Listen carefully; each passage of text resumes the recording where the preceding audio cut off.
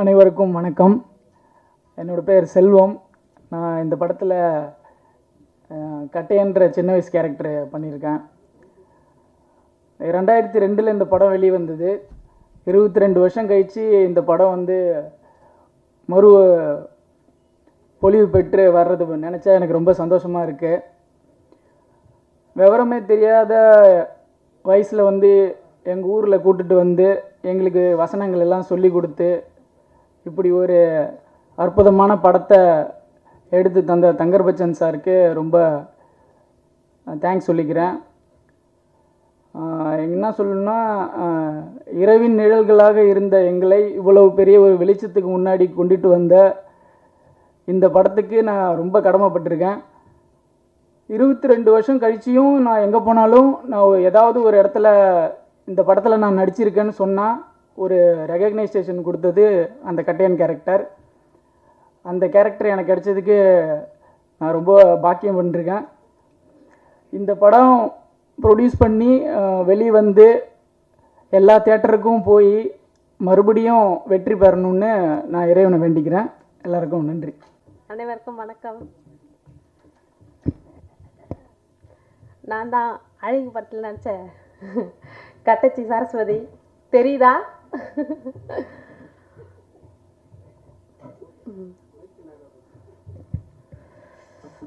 நான் இப்போது ஹவுஸ் ஒய்ஃபாக தான் இருக்கேன்.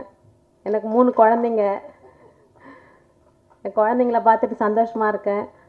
நான் நடித்த படத்தை மறுபடியும் என் குழந்தைங்களாம் பார்க்குறதுக்காக நான் கூப்பிட்டுட்டு வந்திருக்கேன். அதுவே எனக்கு ரொம்ப பெரிய சந்தோஷம். சார் 22 வருஷத்துக்கு அப்புறம் எனக்கு கால் பண்ணி என்னை கூப்பிடும்போது எனக்கு ரொம்ப ரொம்ப சந்தோஷம். அன்றைக்கி நைட் ஃபுல்லாக எனக்கு தூக்கமே வரல. சார் ஞாபகத்தில் நாங்கள் இருப்போமா அப்படின்ற மாதிரி இருந்தோம். ஆனால் சார் என்னை மறக்க மாட்டாங்க, இருந்தாலும் அப்படியே போயிடுச்சு. ஆனாலும் சார் ஞாபகம் வச்சு கால் பண்ணி பேசினாங்க. ஒரே ஒரு வருத்தம், சாரை பார்க்க முடியல அப்படின்றது. சாரை பார்க்கணும் அப்படின்ற ஒரு இதில் வந்தேன், ஆனால் சாரை பார்க்க முடியல. மறுபடியும் படம் நாளைக்கு வரப்போகுது. நாங்கள் எல்லோரும், எங்கள் ஃபேமிலி எல்லோரும், இன்னும் நான் யாருக்கிட்டையும் சொல்லவே இல்லை. நான் டேரெக்டாக இங்கே வந்துட்டு அதுக்கப்புறம் தான் சொல்லலான்னு சொல்லிட்டு டேரெக்டாக வந்திருக்கேன். படம் ரொம்ப வெற்றி பெறும்னு நினைக்கிறேன். நன்றி, வணக்கம். அனைவருக்கும் வணக்கம். வணக்கம் வணக்கம் சார். நான் தான் ஓட்டர் டவுசர் போட்டுட்டு வந்தேன் சண்முகம். ரெக்கக்னேஷனுக்கு சொன்னேன். 2 நாள் முன்னாடி தான் சொன்னாங்க இந்த மாதிரி ப்ரெஸ் மீட் இருக்குன்ட்டு. ஒரு 30 செகண்ட் கண்டென்ட் தான் எடுத்து வச்சுருந்தேன். அந்த பிரதர் பேசிட்டாரு. அப்புறமாட்டி மேலே உட்காந்து யோசிக்கலான்னு பார்த்தா அண்ணன் பேசுனதை பார்த்து எதுவுமே மைண்டில் ஓடலை. 8 வயசில் படம் பார்க்கும்போது எதுவுமே புரியல, நார்மலாக இருந்துச்சு. ஒரு பர்டிகுலர் வயசு வந்ததுக்கப்புறம் படம் பார்த்தோம். அப்படி பார்க்க ஆரம்பிச்சும்போது டெய்லி நைட்டு பார்க்க வேண்டியதாகிடுச்சு. அந்தளவுக்கு பிடிச்சி போச்சு. அண்ட் கண்டிப்பாக இப்போ இருக்க யங்ஸ்டர்ஸ்க்கு கண்டிப்பாக கனெக்ட் ஆகும். ரொம்ப ஒரு நல்ல படமாக இருக்கும். தியேட்டர்ஸ் வாட்ச் பண்ணுங்கள். தேங்க்யூ. எல்லோருக்கும் வணக்கம். ரொம்ப வருஷம் கழித்து அழகியை பற்றி பேசுறது ரொம்ப மகிழ்ச்சியாக இருக்குது. 22 வருஷம் அது எப்படி போச்சுன்னு தெரியல. ஆனால் அழகியை பற்றி எப்பாவது டெய்லியும் யாராவது பேசிகிட்டே இருப்பாங்க வைங்களேன். எங்கே போனாலும் இதை பற்றி ஏதாவது பேசிகிட்டே இருப்பாங்க. அழகி ஒரு மறக்க முடியாத ஒரு படம் அப்படின்றது என் வாழ்க்கையில் கண்டிப்பாக அது சொல்லணும். அந்த மாதிரி அழகி ரீரிலீஸில் இந்த படம் ஒரு வெற்றி அடைஞ்சு அழகி 2ஆக இந்த படம் மாறணும். நந்திதாதாஸ் நேற்று கூட என்கிட்ட ஃபோனில் பேசினாங்க. நிச்சயமாக அந்த அழகி 2க்காக நான் காத்துட்ருக்கேன்னு, நானும் காத்துட்ருக்கேன்றது உதயகுமார் சார் சொல்கிறேன். நான் உங்கள் எல்லாருக்கும் என்னுடைய பணிவான நன்றியும் வணக்கமும். Thank you sir. அந்த அதிர்ச்சியான தகவல் மிஸ் பண்ணிட்டீங்கன்னு சொல்கிறேன். இல்லை, அந்த அதிர்ச்சியான தகவல் தான் என்ன சொன்னோன்னா, அழகியை நம்ம இவ்வளோ தூரம் பாராட்டிக்கிட்டே இருக்கோம், அவ்வளோ மாபெரும் காவியம்லாம் சொல்லிக்கிட்டே இருக்கோம். ஆனால் அந்த காவியத்துக்கு பின்னாடி இப்படி ஒரு யதார்த்தமான ஒரு விஷயம் மிஸ் ஆகிருக்குங்கிறது சொல்கிறதுக்கு தான் நான் அதிர்ச்சியான தகவல்னு சொன்னேன். நீங்கள் அதிர்ச்சியான தகவல் அதை மீறி ஒன்று சொல்லிட்டு இருக்கீங்க. நான் சொல்ல வந்தது அது ஒரு யதார்த்தம் இல்லாமல், யதார்த்தத்தில் நம்ம செய்கிறத மீறி, ஆனால் உலகத்தில் இருக்கிற காதல்னா எவ்வளோ பவர்ஃபுல்லானதுன்றதை அவர் புரிஞ்சு வச்சுக்கிட்டு அந்த கண்கட்டு வித்தை மாதிரி நம்மளை மயக்கி ஏமாற்றி இந்த படத்தை பெரிய வெற்றி அடைய செஞ்சிருக்காருன்னு நான் சொல்ல வந்தேன். தேங்க்யூ.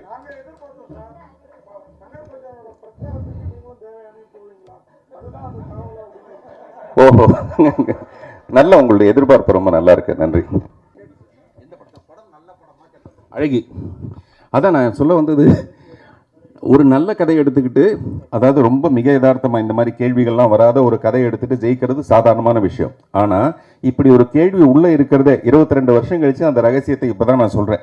முதல் மரியாதையில் எனக்கு ஒரு உண்மை தெரிஞ்சாகணும் மாதிரி இது வரைக்கும் உங்களுக்கு யாருக்குமே இந்த விஷயம் தெரியல. நான் சொல்றது வந்து அப்படி ஒரு உள்ளுக்குள்ள அப்படி ஒரு விஷயம் இருக்குது. எப்படி இருந்தாலும் ஒரு பொண்ணை கூட்டு போய் சந்தோஷமாக ஒரு குடிசை எடுத்து கொடுத்து ஒரு தையல் மிஷின் கொடுத்து அவளை வாழ வச்சிருக்கலாமே கௌரவமாக.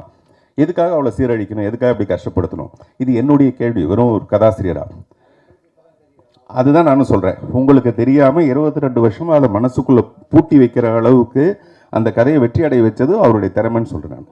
பார்த்திபன் சார், நீங்கள் எப்படி பேசுவீங்கன்னு எல்லாருக்கும் தெரியும். இங்கே நீங்கள் எப்படி பேசுவீங்கன்னு எல்லாருக்கும் தெரியும். சின்ன வயசுலேயே நீங்கள் இப்படி தான் பேசியிருப்பீங்க. உண்மையிலே உங்களுக்கு எத்தனை காதல், அதே மாதிரி அந்த காதலியை பின்னால் நீங்கள் சந்திச்சிருக்கீங்களா? அப்போ உங்கள் மனநிலை எப்படி இருந்தது? நீங்கள் காதலியே எல்லாம் பாஸ்ட் டைம்ஸில் சொல்கிறீங்க. தேவி எனக்கு புரிஞ்சவங்க சிரிச்சாங்க பாருங்க. அது காதலி ஏதோ இந்த நடந்த ஒரு கதை மாதிரி இப்போ சொல்லிட்டு இருக்கீங்க.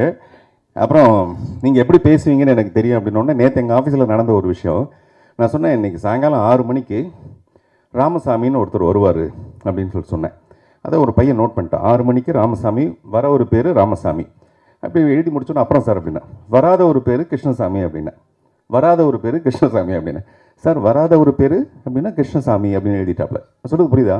வர ஒரு பேர் ராமசாமி, வராத ஒரு பேர் கிருஷ்ணசாமிட்டு போயிட்டான் அவன் பாட்டில். எனக்கு ரொம்ப ஷாக் ஆகிடுச்சு. அப்படின்னா என்ன அர்த்தம்னா நான் பேசுகிறதெல்லாம் ரொம்ப உண்மையை அவன் நம்பிட்டு போயிட்டான். அந்த மாதிரி இந்த பேச்சு திறமை மட்டும் இருந்ததுன்னு வச்சிங்களேன், நிறைய காதல் வரும். பேச்சு திறமையும் ஒரு காரணம். அப்புறம் பழைய காதலியை பார்த்தா எப்படி இருக்கும்னா, இப்போ நம்ம நந்திதா தாஸ், அதுதான் சொல்கிறேன், நந்திதா தாஸை அங்கே ரோட்டோரத்தில் பார்க்கும்போது என்னவா இருந்ததோ அந்த மாதிரி பல சந்தர்ப்பங்கள் எனக்கு ஏற்பட்டிருக்கு. இன்னும் நிறைய மாதிரி ஏற்படணும்னு ஆசைப்பட்றேன். உண்மையிலே என்னுடைய அடுத்த புத்தகத்தோட பேர் வந்து வழிநடுக காதல் பூக்கும். வழிநடுக காதல் பூக்கும். காதலுங்கிறது ஒரே ஒரு தடவை வந்துட்டுலாம் போயிடாது. காதல் வந்துக்கிட்டே இருக்கும். பட் அதை ரிசீவ் பண்ணுற அளவுக்கு நம்ம இருக்கணும், ரெடியாக இருக்கணும். உண்மையிலே உங்களுக்கு எத்தனை காதல் தான் சார் உங்களுக்கு சின்ன வயசுலேருந்து இப்போ வரைக்கும் வச்சுக்கோங்க? அது நான் வந்து என்னுடைய என் நினைவு தவறும் வரை உன் நினைவும் தவறாதுன்னு ஒரு கவிதை எழுதியிருப்பேன். என் நினைவு தவறும் வரை உன் நினைவும் தவறாது. அப்படி எனக்கு ஒரு நினைவு தவற ஒரு நேரம் வரும்போது மொத்தமாக கூட்டி பார்த்து நான் சொல்கிறேன் எத்தனை காதல்ன்ட்டு. ஏன்னா நம்ம இப்போயே முடிவு எடுத்துட்டோன்னு வச்சிங்களேன், இதுக்கப்புறம் வர காதல் அதிகமாக இருந்ததுன்னா டே அறிவு கட்டோன்னே நீ ஏன்டா இப்போயே முடிவு எடுத்துட்டேன்னு நாளைக்கு வரப்போகிற காதலி நம்மளை கோச்சக்கூடாது இல்லையா? ஆக்சுவலாக காதலுங்கிறது சார், என்ன நாங்கள் எவ்வளோ காதலிக்கிறேனோ அதுதான் காதல். அதுதான் நான் சொல்கிறேன். மனசுக்குள்ளே எவ்வளோ இருக்கோ அதுதான் காதல். காதலிங்கிறது உருவம். 16 வயசில் அவள் அழகாக இருப்பாள், 22 வருஷம் கழிச்சு அவள் எப்படி அழகி மாதிரியே இருப்பாள். ஆனால் அழகி இருக்கா பார்த்தீங்களா? இது வந்து மனுஷனோட காதல். பார்த்துக்கோங்க சார், இப்போல்லாம் படம் வெற்றி பெற்றுச்சுன்னா அந்த படத்தில் நடித்தவங்க, இயக்குனர், இவங்களுக்கெல்லாம் அந்த கார் பங்களாலாம் பரிசு கொடுக்கறது வழக்கமாக இருக்குது. இப்போ அழகி ரீரிலீஸ் எதிர்பார்த்ததை காட்டிலும் பெரிய வெற்றி அடைஞ்சதுன்னா இந்த தயாரிப்பாளர்கிட்ட அதெல்லாம் எதிர்பார்ப்பீங்களா, கொடுப்பாரா அப்படிங்கிறது தான். இல்லை, அவர் வந்து முன்னாடியே சொன்னார், இங்கே பேசும்போது பன்ருட்டியில் நடக்கும்போது போய் பார்த்தேன், இவங்கெல்லாம் சின்ன வீட்டில் சந்தோஷமாக இருந்தாங்கன்னு. எல்லாரும் சின்ன வீட்டில் சந்தோஷமாக தான் இருப்பாங்க. அதனால் நீங்கள் பெரிய வீடு இல்லைன்னா கூட ஒரு சின்ன வீடு வாங்கி கொடுத்தீங்கன்னா கூட சந்தோஷமாக இருக்கும் சார். சார் பார்த்துக்கங்க சார். சொல்லுங்கள் சார், நீங்கள் வந்து பேச்சில் வந்து எல்லாரையும் அடிப்பீங்கன்னு தெரியும். பட் ஆனால் மேடையிலையும் அதேமாரி தான் ஒரு ஸ்பீச் கொடுத்துருந்தீங்க. ஒரே மேடையில் இப்போ இருக்க சுச்சுவேஷனுக்கு கருணாநிதியும் தளபதியும் சேர்த்து வச்சு சொல்லியிருக்கீங்க. ஸோ இது இந்த மேடையில் அவர் தங்கர் பச்சன் ஆப்போசிட்டாக நிற்கிறாரு, இப்போ இதை சொல்லியிருக்கிறீங்க, இது அவருக்கு போயிருக்கோம்ல? இல்லை, அதில் உதயநிதியும் பாதி கூட சொல்லியிருக்கேன் பார்த்தீங்களா? உதயகுமார்னு உதயநிதியோட பாதியும் சொல்லியிருக்கேன். அதனால் கருணாநிதி, தளபதி, உதயநிதியில் பாதியும் சொல்லியிருக்கேன் நான். அப்படி பேசுனது எனக்கு ரொம்ப இன்ப நிதியா இருந்தது சார். ஓப்பனிங்க நீங்க தங்கர் பச்சனுக்கு வெற்றிக்கு வாழ்த்துக்களும் சொல்லிட்டீங்க, அவர் தான் எம்பின்னு சொல்லியிருக்கீங்க. ஆமா, இங்கேயே பிரச்சாரத்தை ஆரம்பிச்சிட்டீங்க. உங்களை மாதிரி தேவயானி மேடம் அவருக்காக பிரச்சாரத்துக்கு, ஏன்னா இவ்வளவு பெரிய வெற்றி இன்னைக்கு மனசுல நிக்குது, நீங்க போவீங்களா பிரச்சாரத்துக்கு? நல்லா கேட்டீங்க சார். நன்றி இருக்கணும் சார், ஒருத்தருக்கு நன்றி இருக்கணும். நமக்கு இந்த மாதிரி ஒரு நல்ல நல்ல படங்கள், மறுமலர்ச்சி, காதல் கோட்டை, இதெல்லாம் நம்ம கொடுத்தவங்களுக்கு நம்ம பிரச்சாரம் போகணுமேங்கிற ஒரு நன்றி இருக்கணும். சொல்லுங்க பார்க்கலாம். பதில் சொல்லுங்க மேடம். சார், அது மாதிரி தயாரிப்பாளர் வந்து நந்திதா கையில் தாமரை வச்சிருக்காரு. அவர் வெற்றி பட்டா நல்லா இருக்கும், அவர் வெற்றி அடையணும் இல்லையா? அவர் ஒரு புது ஜர்னியில் ஆரம்பிக்கிறாரு, அந்த ஜர்னி அவருக்கு சிறப்பாக வரட்டும்னு நான் வேண்டிக்கிறேன், வாழ்த்துறேன். பார்த்துக்கோங்க சார், தயாரிப்பாளர் ஏதோ நினைச்சி கையில் வந்து தாமரை பூ வச்சிருக்காரு, அது வந்து என்ன நினைக்கிறீங்க? அது ஏன்னா தங்கர் பச்சன் தான் அவருக்கு நண்பர், அவரும் இப்போ அந்த கூட்டணியில தான் இருக்கிறாரு. அதனால தான் இந்த ரீரிலீஸோவா எங்களுக்கு அந்த சந்தேகம். அது தெரியல. தயாரிப்பாளர் வந்து தாமரை பூ வச்சிருந்தா தப்பு இல்லைங்க, தாமரைன்னு ஒரு பெண்ணை வச்சிருந்தா தான் தப்பு. அவர் தான் தான் தேவயானி மேடத்தையே சகோதரின்ட்டாரு. தேவயானி கிட்ட வந்து எல்லாருக்குமே அந்த மாதிரியான ஒரு விஷயம் உண்டுங்க. அது ரொம்ப ரொம்ப முக்கியமான விஷயம். அந்த குடும்ப பாங்கான ஒரு விஷயம் வந்து நடிப்பில் மட்டுமே கிடையாது. நான் அவங்கள இப்போ நாங்கள் ஒரு 3 படம் நடிச்சிருக்கோம். மூணு படம் தான் நடிச்சிருக்கோம். நான் கொஞ்சம் பொய் சொல்லுவேன், அதனால் மிஸ் ஆகிருக்கும்னு நினைக்கிறேன் நான். ஸோ அவங்கக்கிட்ட வந்து அந்த மாதிரியான ஒரு பண்பு இருக்குது. நம்ம பார்த்தா நான் அழகாக நான் வழக்கமாக சொல்லுவேன், எந்த பொண்ணை பார்த்தாலும் நமக்கு முதல்ல மரியாதை வரணும், அப்புறம் தான் மீதி எல்லாம் வரணும். அந்த மரியாதை வந்து தேவயானிகிட்ட எப்போவுமே வரும். வாழ்த்துக்கள். பார்த்திபன் சார், இங்கேங்க ஆக்சுவலாக இப்போ வர படங்களுக்கு பெரிய படங்களாக இருக்கட்டும், சிறிய படங்களாக இருக்கட்டும், ஆனால் தேட்டர்கள் வந்து கிடைக்கிறதே இல்லை. ரீரிலீஸ் வந்து வருது. சில பேர் வந்து தகவல் ஏன் ரீரிலீஸ் பண்ணோம், எல்லாம் டிவியில் எல்லாத்துலேயுமே போட்டாங்களே எதுக்காக அப்படின்ற ஒரு கேள்வி இருக்குது. ஸோ இதை பற்றி என்ன நினைக்கிறேன்? ஏன்னா நீங்களும் படம் எடுத்துகிட்டு இருக்கீங்க இப்போ இன்ன வரையும். ஸோ தேட்டர்கள் கிடைக்காம நிறைய முறை நீங்களும் சொல்லியிருப்பீங்க. இதை பற்றி என்ன நினைக்கிறீங்க? இல்லை, நான் வந்து இந்த ரீரிலீஸ் ஆகிற படங்களை பற்றி எப்போவுமே சொன்னது கிடையாது. நல்ல விஷயங்கள் வந்து மறுபடியும் நமக்கு வந்துக்கிட்டே தீரும். அலைகள் மாதிரி மறுபடியும் வந்து அது காலம் நம்ம தொட்டுக்கிட்டே இருக்க மாதிரி நல்ல படங்கள் திரும்பியும் வரும். அந்த மாதிரி தான் இந்த படம். அது வேட்டையாட விளையாட இருந்தாலும் சரி, 96 இருந்தாலும் சரி. இன்னும் சொல்லப்போனால் இந்த அழகிய ஒரு வகையான தேவதாஸ் தான். தேவதாஸ்னு நாகேஸ்வரன் சாவித்திரி நடித்த படம் பார்த்தீங்கன்னா அந்த கதையோட ஒரு மைய கருத்து இந்த படத்துலையும் இருக்கும். இப்போ நான் சொல்கிறது 2வது அதிர்ச்சி தகவல் சொல்கிறேன். இதெல்லாம் நான் ஏன் சொல்கிறேன்னா, நாளைக்கு படம் பார்க்கும்போது இல்லை, ஏதோ ஒரு வகையில் பழைய அழகி தானே அப்படின்னு இல்லாமல் இந்த அழகில் இன்னும் நிறைய விஷயம் இருக்குதுன்னு சொல்கிறதுக்காக நான் இந்த விஷயத்த சொல்கிறேன். அதனால் இது ஒரு ஓப்பன் கிரவுண்ட், யார் வேணாலும் விளையாடலாம். ஆனால் பெரிய படங்கள் வரும்போது மட்டும்தான் என்னுடைய அப்ஜெக்ஷன் என்ன இருக்குன்னா, பொங்கல் தீபாவளி மாதிரி படங்கள் டைமில் ஏன் நீங்கள் பெரிய படங்களை ரிலீஸ் பண்ணுறீங்க? அந்த நேரத்தில் நீங்கள் சின்ன படங்களை ரிலீஸ் பண்ணுங்கள். ஏன்னா பெரிய நடிகர்களோட படம் ரிலீஸ் ஆகிறதே ஒரு பொங்கல் மாதிரி பண்டிகை தானேன்னு அடிக்கடி நான் சொல்லிட்டு இருக்கேன். அதனால் என்னுடைய பிரச்சனை வந்து பெரிய படங்கள் கிடைக்கும்போது சின்ன படங்களுக்கு இடம் கிடைக்க மாட்டேங்குது அப்படிங்கிறது தான் என்னுடைய விஷயம். ஆனால் அழகி மாதிரி இந்த படங்களுக்கு கிடையாது. தேவயானி மேடம், லாஸ்ட்டாக ஒரு கொஸ்டின் மேடம். நீங்கள் வந்து இப்போ கேட்டீங்க, நீங்களே முடிவு பண்ணிட்டீங்க. இல்லை அதை முடிக்கட்டும், இல்லை மற்றவங்களுக்கு கேட்கட்டும்.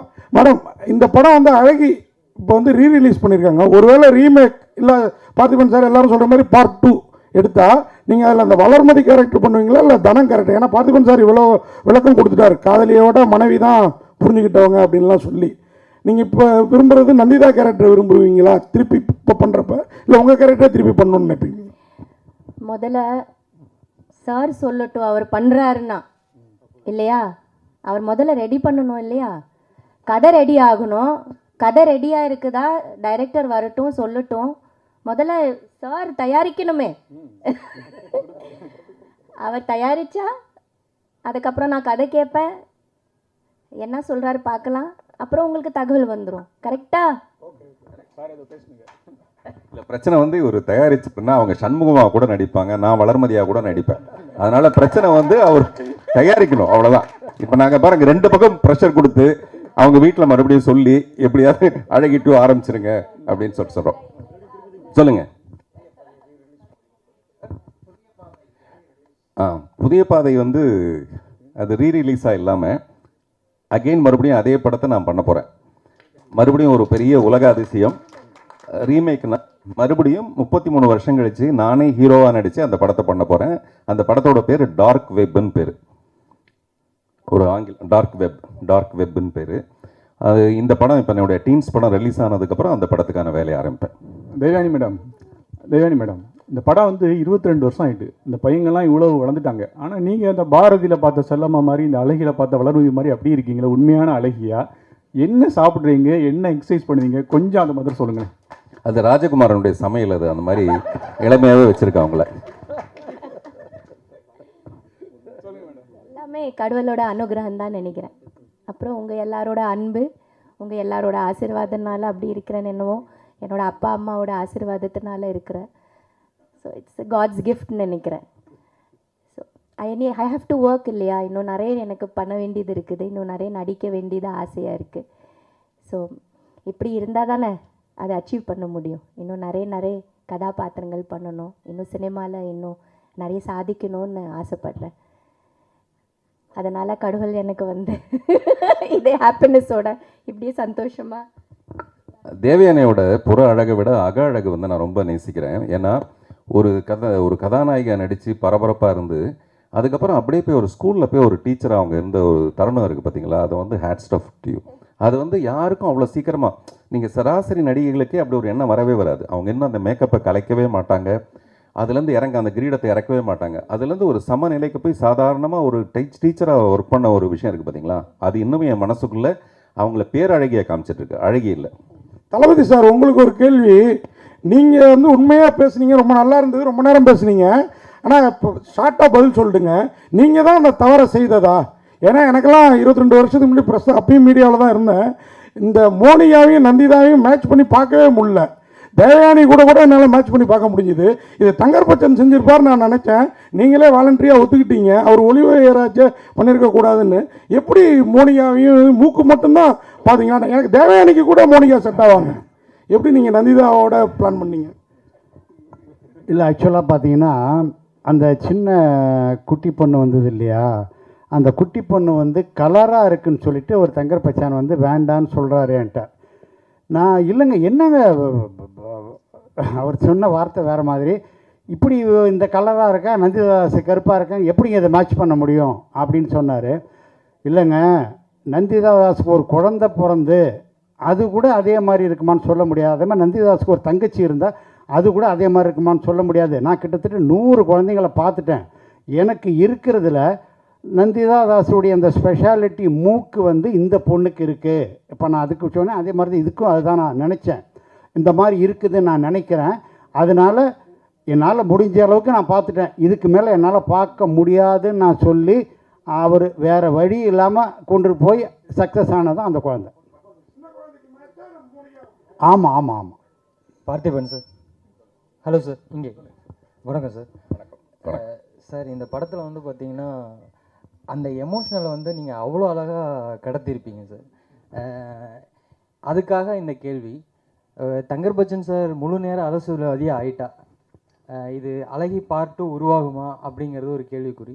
அவரோட பெர்மிஷனில் நீங்கள் இதை டைரக்ட் பண்ணுவீங்களா சார்? இது அழகி ஒரு மிகப்பெரிய வெற்றி அடைஞ்சதுக்கு அப்புறமேல நானும் நந்திதாதாஸும் அடிக்கடி பேச ஆரம்பித்ததில் நான் ஒரு கதையை ரெடி பண்ணேன். அந்த கதைக்கும் இந்த அழகிக்கும் சம்மந்தம் கிடையாது. ஆனால் இந்த சண்முகமும் தனலட்சுமி மட்டும் அதில் இருப்பாங்க. இந்த காதலர்களுடைய பேஸ் மட்டும் வச்சுக்கிட்டு நான் ஒரு கதை பண்ணி இதை நான் நந்திதா கிட்ட சொல்லி அவங்களும் ஓகேன்ட்டாங்க. பட் தங்கர் பச்சன் வந்து அவன் அனுமதி கொடுக்க மாட்டேன்ட்டார். அழகி 2ங்கிற பேரில் அதை நீங்கள் எடுக்கக்கூடாது அப்படின்னு சொல்லிட்டாரு. இதெல்லாம் பழைய ரகசியங்கள், இப்போ இவ்வளோ வருஷம் கழிச்சு நம்ம சொல்லலாம், ஒன்றும் தப்பு இல்லை. அதனால் இப்போ நந்திதா கேட்டுட்டு இருக்க 2 விஷயம். ஒன்று வந்து தங்கர் பச்சன் இந்த அழகி 2 பண்ண போகிறாரா இல்லையா, நம்ம 2 பேரும் அந்த அழகி 2 பண்ணலாமா வேண்டாமா. அதனால் தங்கர் பச்சன் எம்பி ஆகணும், அவர் வந்து பாராளுமன்றத்துக்கு போகணும், டெல்லிக்கு போகணும் அப்படின்னு நான் முதல்ல நான் வாழ்த்துனது காரணமே அழகி 2வை நான் பண்ணணுங்கிறதுக்காக. நான் ஒரு பயங்கர சுயநலவாதி. நம்மகிட்ட இருக்கிற காதலுக்கு அழகின்னு ஒரு படம் பண்ணலாமே 2ன்னு, ஏன் பண்ணக்கூடாது? அதில் வளர்மதி மனசுலேயே இருப்பாங்க. இல்லை, நான் நிறைய பேர் டைவர்ஸ் பண்ணாம தான் இந்த மாதிரி வச்சுட்டு இருக்காங்க. சரி, படம் பார்த்திபன் சார் சொல்லுங்க. ஆக்சுவலாக இந்த மேடையில் நம்ம பேசுறதை விட இந்த கலந்துரையாடல் ரொம்ப நல்லா இருக்கு. சொல்லுங்க. படத்துல நீங்க ஒரு பர்ஃபார்மன்ஸ் பண்ணுவீங்க, தேவானி மேடம், நந்திதா மேடம், சின்ன பசங்க எல்லாம் பண்ணிட்டு இருப்பாங்க. ஆமா, ஆளுக்கு ஒரு பேமெண்ட் கொடுத்ததுனால ஆளுக்கு ஒரு பர்ஃபார்மன்ஸ் பண்ணணும். இந்த பர்ஃபார்மன்ஸை தாண்டி இசைஞானி வந்து அவங்க இசையில வந்து அதிகமா காமிச்சிருப்பாங்க. ஸோ அதை பத்தி சொல்லுங்க. இல்லைங்க, அது வந்து நம்மளுடைய வார்த்தைகளுக்கு அப்பாற்பட்ட ஒரு விஷயம். அவர் கருணாநிதி சார் சொன்ன மாதிரி நிறைய ராஜா சாரை பற்றி நம்ம சொல்லிட்டே இருக்கோம். ஏன் இந்த கொஸ்டின் கேட்டேன்னா, யாருமே இளையராஜாவை பற்றி பேசவே இல்லை. இல்லை, அதான் சொன்னாங்க எல்லாம் கருணாநிதியை தவிர. அதான் அதை நான் பேசலாம்னு நினச்சிட்டு இருந்தேன். பட் என்னென்னா அதுக்கு ரொம்ப சரியான வார்த்தைகள்லாம் வேணும் முதல்ல அதை பற்றி அவர் சொல்கிறதுக்கு. ஏன்னா எனக்கு தெரிஞ்சு அழகியோட 51% வந்து இசைஞானி தான், 49% தான் அழகிங்கிற ஒரு படம். அதனால் நான் இப்போ சொன்னேன் இல்லைங்களா, முதல்ல இந்த கதை நான் நடிக்க வரும்போது தளபதி என்ன பிரச்சனை சொன்னார்னு தெரியல எனக்கு. பட் இந்த மாதிரி சில கேள்வி நான் சொன்னேன். இவ்வளோ பெரிய பங்களாவில் இருக்கிறவன் ஏன் சார் தன்னுடைய காதலியை கொண்டு போய் இங்கே கொண்டு போய் இவ்வளோ கஷ்டப்பட வைக்கணும்ல. நான் அவர்கிட்ட கேட்டேன், சார் அப்படி விட்டுருங்க சார், நடிங்க சார் நீங்கள் அப்படின்ட்டார். அப்புறம் நான் நடித்தது கூட பத்தாதுன்ட்டார். சார் சண்முகம்லாம் இன்னும் கொஞ்சம் நல்லா எமோஷ்னலாக நடிக்கணும் அப்படின்னு சொன்னார். இப்போ சொல்கிறாரு, இல்லை சார் இப்போ பார்த்தோம்னா அந்த படம் இந்த வருஷத்துக்கு அது சரியாக இருக்குது, இப்போ பார்க்கறதுக்கு அது சரியாக இருக்குது. ஒருவேளை நான் ஓவர் ஆக்ட் பண்ணியிருந்தேன்னு வச்சுங்க, இப்போ அவங்க பெண் சிவாஜின்ற மாதிரி நான் ஒரு ஆண் சிவாஜின்னு சொல்லிட்டு நானும் பர்ஃபார்ம் பண்ணியிருந்தேன்னு வச்சிங்களேன், அது வந்து வேறு லெவலில் ஆயிருக்கும். அதனால் அந்த சட்டில் பர்ஃபார்மன்ஸ் தான் அதுக்கு கரெக்டு. இந்த மாதிரி எங்களுக்குள்ள ஒரு சின்ன சின்ன முரண்பாடுகள் வந்திருக்கும். பார்த்திபன் சார், அதேமாதிரி நீங்கள் ஒரு கிரியேட்டர், பெரிய ப்ரொடியூசரு. நீங்கள் இப்போ இந்த அழகி நீங்களே சொன்னீங்க மேடையில், இந்த படம் வெற்றிக்கு அவங்க சீன்ஸ் எல்லாம் எடுக்க வேணாம், அந்த குழந்தை நட்சத்திரங்கள்லாம் இருக்கட்டும்னு. நீங்கள் இன்றைக்கும் பெரிய ஆள், அவங்கெல்லாம் ஆனால் அந்த அளவுக்கு வல்ல சினிமா, இப்போ இந்த சதீஷ் மட்டும் ஏதோ முயற்சி பண்ணிட்டு இருக்காரு, அவங்களெல்லாம் வச்சு வேற ஏதோ ஒன்று நீங்கள் ஏன் பண்ணக்கூடாது? ஏதோ ஒரு படத்தில் அவங்கள ஏன் யூஸ் பண்ணிக்க கூடாது? இல்லை, நல்ல கேள்விங்க. நிச்சயமாக பண்ணலாம். இவங்கன்னு இல்லை, இந்த மாதிரி நிறைய பேர் முயற்சி பண்ணுறவங்க இருக்காங்க. இந்த மாதிரி நிறைய பேர் முயற்சி பண்ணுற ஒரு 13 பேரை வச்சு தான் இப்போ நான் ஒரு படம் பண்ணுறேன். நான் படம் பண்ணுற டீன்ஸுன்ற ஒரு படத்தில் நிறைய டேலண்டடான ஒரு 13 குழந்தைங்களை வச்சு தான் இந்த படம் பண்ணுறேன். இந்த காலத்தில் வந்து ரஜினி சார் பத்தாதுன்னு சொல்லிட்டு அதில் விஜய் சேதுபதி இருக்கணும், விஜய் சேதுபதி பத்தாதுன்னு இன்னொரு பெரிய ஹீரோயின் இருக்கணும், இந்த பக்கத்தில் மணி சார் பத்தாதுன்னு சொல்லிட்டு கமல்ஹாசன் இருக்கணும், கமல்ஹாசன் பத்தாதுன்னு சொல்லிட்டு ஃபகத் ஃபாசில் இருக்கணும், இப்படிலாம் பெருசாக போராடிட்டு இருக்கும்போது நான் வந்து வெறும் 13 டேலண்ட்டை மட்டுமே நம்பி இப்போ நான் டீன்ஸ்னு ஒரு படம் பண்ணிகிட்ருக்கேன். நிச்சயமாக இந்த படத்தை நீங்கள் பார்த்துட்டு அதுக்கான ஒரு பெரிய மரியாதை கொடுக்கணும். அது கொடுத்த உடனே டெஃபினட்டாக இவங்கெல்லாம் வச்சு நான் ஒரு படம் எடுப்பேன். Thank you sir, thank you so much. So still எடுத்துக்கலாம். உண்மையிலேயே ரொம்ப மகிழ்ச்சி. நம்ம இந்த கலந்துரையாடல் மூலமாக ரொம்ப சகஜமாக பேசிக்கிட்ட, அது ரொம்ப நல்லா இருந்தது. அதனால் தேவயானி முகத்தில் அந்த சோளா பூரிப்பு பாருங்கள் எப்படி இருக்கு சார். ஒரே ஒரு ரெக்வஸ்ட். ஒரு நிமிஷங்க. நம்ம இளையராஜா சார் பற்றி உண்மையிலேயே பேசாமல் நாங்கள்லாம் ரொம்ப வருத்தப்படுறோம். இந்த படத்தினுடைய பின்னணி இசையும் அவருடைய பாடல்களும் தான் இந்த படத்தினுடைய வெற்றிக்கு 100% காரணம். அதை வந்து எல்லாருமே நாங்கள் கொண்டாடிட்டுருக்கோம், இந்த உலகமே கொண்டாடிட்டு தான் இருக்குது. அவருக்கு என்னுடைய மனமார்ந்த என்னோட குழுவின் சார்பிலே நன்றி.